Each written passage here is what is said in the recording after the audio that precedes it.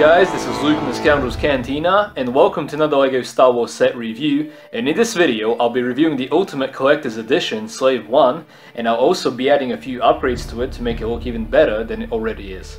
The number of this set is 75060, and it came out in 2014.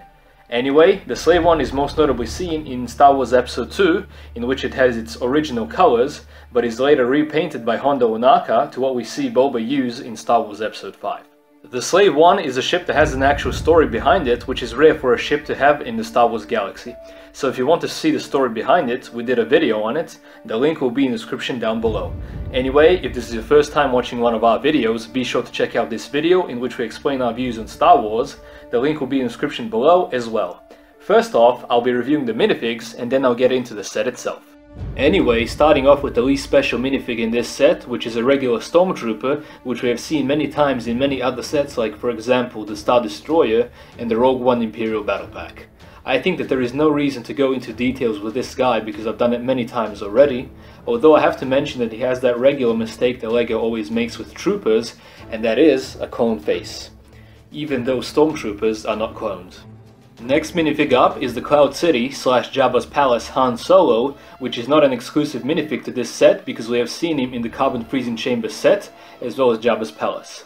I count Han Solo and his frozen self as two separate minifigs, but that's completely up to you on the way you look at it. He also has a double-sided face, and here is a look at the backside of his frozen self. Anyway, this is what it looks like when you put him inside his frozen self, but I think it's better to use them as two separate minifigs. They are very accurate to the actual scenes in The Empire Strikes Back and completely belong in this set, and all in all, very nice minifigs to have. Next minifig up is the Cloud City Bespin Guard, which is an exclusive here and one of my favorite LEGO minifigs because it is so useful when making a Cloud City mock or even a Star Wars Battlefront one. His prints are very accurate to the actual guards from the movie. This is what the Bespin Guard looks like from the back, and it is very accurate that LEGO added him to the Slave I set, and I'm very happy with this minifig. And now the last minifig is probably the best one, and it is the fullest Boba Fett that you can get from LEGO. He has leg prints, arm prints, and basically prints everywhere to the detail, and also everything about him is exclusive, even the torso, which is updated from the last Boba. This is what his back prints look like when you take off the jetpack. Now here is Boba's face, which is a clone face with a different expression, which is also exclusive to this set. I can't remember the last time LEGO got the clone face right, like they did here, because Boba, after all, is an unmodified clone of Jango Fett. So very well done to LEGO here, and I'm very happy with this epic Boba Fett minifigure. Now it's time to get into the awesome set itself. Anyway, starting off with the entrance to the Slave I just want to say that it has a very interesting design over here, and it really does get the job done, as well as the exact shape which is needed for the ship. Now, as I said before at the beginning of this video, this is a set review with an upgrade to it, and these 1x1 tiles, as you can see here, are added for extra details, as well as the 1x1 slopes over here. By the way, this is a sticker and not a printed piece. Now, the way you open up the door to the Slave I is by pulling this lever up like this, as you can see here, and if you want to put frozen Han Solo inside, you simply attach him to this piece up there, like this, and just close it up, and that is basically it on this part.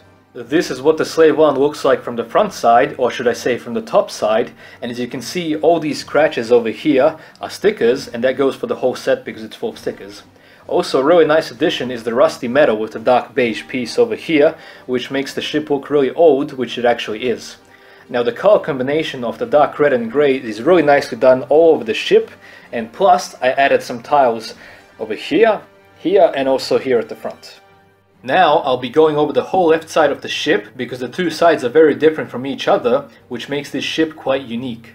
Anyway, here's the left wing, and the only difference on it from the right wing is a small sticker difference with the yellow scratches, as you can see them here. I also added a few grey tile pieces so that it looks better. This is one of the pieces, and a few more here at the back, and also you're wondering if these wings can move. And yes, they can, but not now because the ship is in landing position, and you'll see them move later in the video when I put it into flight position. On this dark green part here is a sticker, and it's as if the Slave I was scratched in some kind of battle, and it's only on this side of the ship, and I think it really makes it look unique and one of a kind. Now there are a few more tiles that I added here which were not in the original set, and those are these two 1x1s right here, a few slopes over here, a beige, dark beige piece over here for like rusty metal and stuff like that, and a few more down here. Now this here is the main body of the ship, and as you can see it has a lot of color variations and extra details to it, and I'm not even sure anymore what I added to this part because it always looked randomized if you ask me, but it simply looks awesome with a lot of details and tiles. Now this hatch here can open up and it reveals a turret, but it doesn't fire anything and is here just for looks, but you get a better look at it when I put the ship into flying position at the end of the video. So here we have the main turret area, which is a really nice crossover with the colors, especially the dark green ones and the olive green ones. Also these pipes over here are a really nice addition, and I think it's pretty accurate to the actual Slave I from the movie, and it really adds a lot to the details in this part of the ship. Anyway, this is what the ship looks like from the bottom, and also these two turrets can move 360, although the pipes interfere a bit, but it's still very doable. Anyway, a call back to Star Wars Episode 2 Attack of the Clones when little Boba fires at Obi-Wan Kenobi when he's fighting against Jango Fett, and it basically goes like this. Love that scene. Now moving on to the right side of the ship, we have everything exactly the same at the bottom dark red parts over here as it is on the other side, and the same goes for the wings except for the minor sticker detail which is different on this side. So I'm not going to review the exact same thing all over again. But as you can see, the dark green part doesn't have the scratch sticker as it does on the other side. So here we have the right side of the body of the ship, which I'm only showing you because it has a completely different color variation than on the other side, as well as a bit more olive green pieces which I added myself, but I'm not too sure which ones because it's very randomized, as I said before. Now inside the hatch you don't get the turret like you do on the other side of the Slave I, but instead you get a missile, just like the one Jango Fett fired at Obi-Wan Kenobi in Star Wars Episode 2 Attack of the Clones. But I think that they're actually supposed to fire from around this area instead of this one. But anyway, the only thing missing in this set is a seismic charger flying out of the Slave I's back.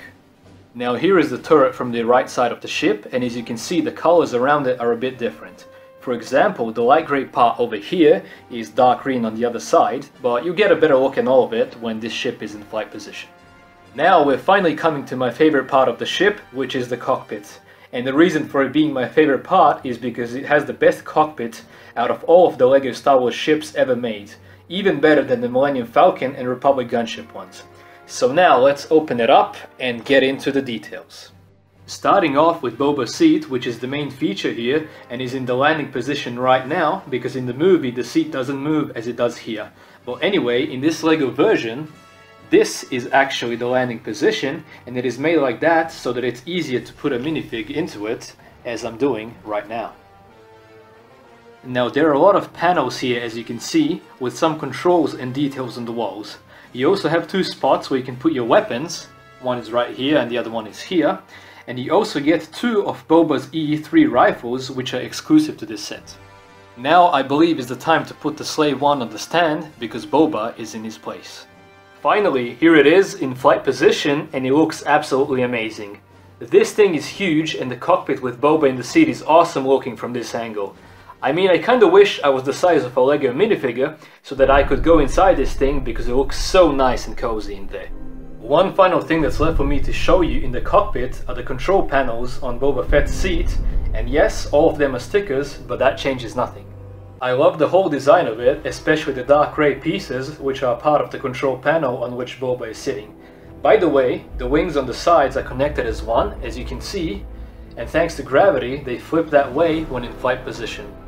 Now you can see the differences on both sides of the Slave I, especially with how the colors are divided near the turret area. Here's what it looks like from the back, and surprisingly there are a ton of details, and most of them are accurate to the actual Slave I. But the most notable which is not, is the color of the engines, which is light blue here, but should actually be orange, although no biggie. I would have changed that if I had the orange pieces for it. The way the Slave I is sitting on the stand is pretty simple, and it's basically leaning on it. But the stand has two of its hooks which are holding it, and they are right here. Now this is what the stand looks like, and as you can see on the top there are the hooks which go into the back of the ship, which I mentioned previously, and it's all very sturdy and well built. At the bottom you have the main features of the ship, like its full name and basically all of its capabilities and stuff like that, which you can all actually see in our Slave I story video, which I mentioned at the beginning. I would recommend this set for basically everyone, and my rating of it is 10 out of 10. By the way, I chose this Ultimate Collector's Edition set out of all of them, and I don't regret the decision because it's a beautiful ship which is beautifully made. Anyway guys, this is it on the set review, and I hope you all enjoyed it, and if you did, be sure to check out our other videos and subscribe. The links to the playlist for my other set reviews will be in the description down below, as well as the playlist to my mock reviews and custom minifigure builds. Also, this is not the first time I reviewed this set, and if you want to see an old review on it, we made a separate channel where we upload our old Star Wars videos, as well as outdated LEGO reviews. The link is in the description.